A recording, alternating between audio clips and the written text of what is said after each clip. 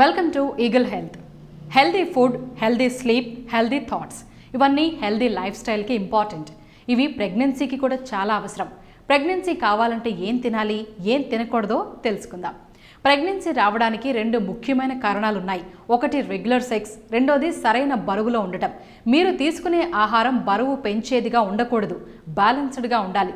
Rainbow foods తీసుకోవాలి అంటే ఒక వారం మొత్తంలో ఎన్ని డిఫరెంట్ కలర్స్ కూరలు పండ్లు తినగలమో అవన్నీ తినాలి. వంకాయ, బీట్రూట్, ఆకుకూరలు, క్యాబేజ్, దోసకాయ, క్యారెట్స్, గుమ్మడికాయ, టొమాటో ఇలా అన్ని రంగుల్లోని కూరగాయలు, నేరేడు పండు, నల్ల ద్రాక్ష, బ్లూబెర్రీస్, జామ పండు, కమలా పండు, యాపిల్స్ ఇలా అన్ని రంగుల్లోని పండ్లు మీ ఆహారంలో చేర్చుకోవాలి. ఇంకా ఏం చేయాలో చేయకూడదో ఒకసారి చూద్దాం. మామూలుగానే హెల్దీ ఫుడ్ అంటే ఏంటో క్లియర్గా తెలియకపోతే ఇంకా ప్రెగ్నెన్సీ కోసం హెల్దీ ఫుడ్ అంటే ఎలా తెలుస్తుంది? వీటిలో మనకి అర్థం కానిది ఏంటంటే హెల్దీ ఫుడ్ అంటే ఏంటి, ఏది తింటే, ఎలా తింటే, ఏ సమయంలో తింటే దాన్ని హెల్దీ ఫుడ్ అంటారు, ఇలాంటి విషయాలన్నీ తెలుసుకుందాం. ప్యాకేజ్డ్ ఫుడ్స్ తీసుకోకూడదు. ప్యాకేజ్డ్ ఫుడ్స్ అనగానే అందరికీ చిప్స్, కూల్ డ్రింక్సే గుర్తొస్తాయి.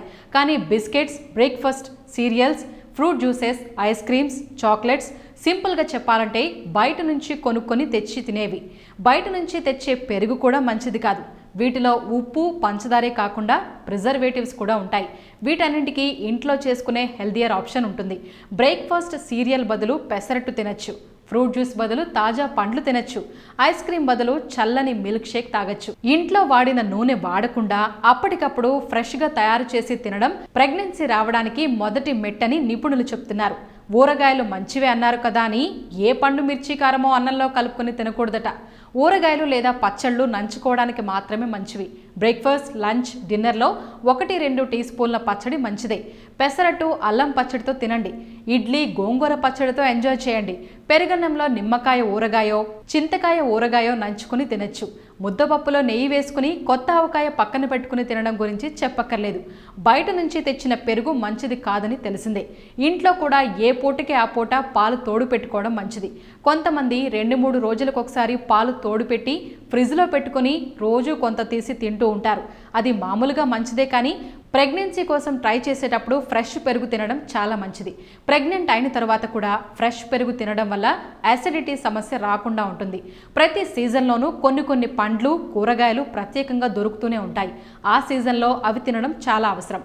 సీజనల్ ఫ్రూట్ అనగానే అందరికీ మామిడి పండే గుర్తొస్తుంది, కానీ పనస పండు, సీతాఫలం కూడా సీజనల్ ఫ్రూట్సే.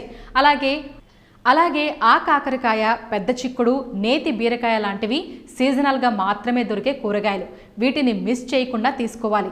నెమ్మదిగా తినడం వల్ల ఎక్కువ తినకుండా ఉంటాం. ఎక్కువ తినకపోతే బరువు పెరిగే అవకాశం తక్కువ అవుతుంది. అందుకని నెమ్మదిగా తింటే పొట్ట నిండగానే మెదడుకి సిగ్నల్ వెళ్ళిన విషయం తెలుస్తుంది. నెమ్మదిగా తినాలి కాబట్టి టీవీ చూస్తూ, చాట్ చేస్తూ మాత్రం తినకూడదు. తింటున్న దాని మీద దృష్టి పెట్టి నెమ్మదిగా నమిలి రుచిని ఎంజాయ్ చేస్తూ తింటే సరిగ్గా తిన్నట్టని చెప్తున్నారు. నెయ్యి తింటే బరువు పెరుగుతారు అని ఎవరన్నారో కానీ భారతీయ వంటిళ్లలో నుంచి నేతి గిన్నె మాయమైపోయింది. పిజ్జాలు, బర్గర్లు తినడానికి సందేహించట్లేదు, కానీ ఇడ్లీ మీద 2 చుక్కల నెయ్యి వేసుకోవడానికి మాత్రం బరువు గుర్తొచ్చేస్తోంది. రోజుకి 4-5 టీ స్పూన్ల నెయ్యి చాలా మంచిది. పప్పుచారు, నువ్వుల పొడి, కంది సున్ని ఇలాంటి వాటిలో నెయ్యి వేసుకుని తింటే రుచికి రుచి, ఆరోగ్యానికి ఆరోగ్యం. ఈ వీడియో కనుక మీకు నచ్చినట్లయితే లైక్ చేయండి, షేర్ చేయండి, సబ్స్క్రైబ్ చేయండి. Thanks for watching eagle health. Like and subscribe Eagle Health and Beauty.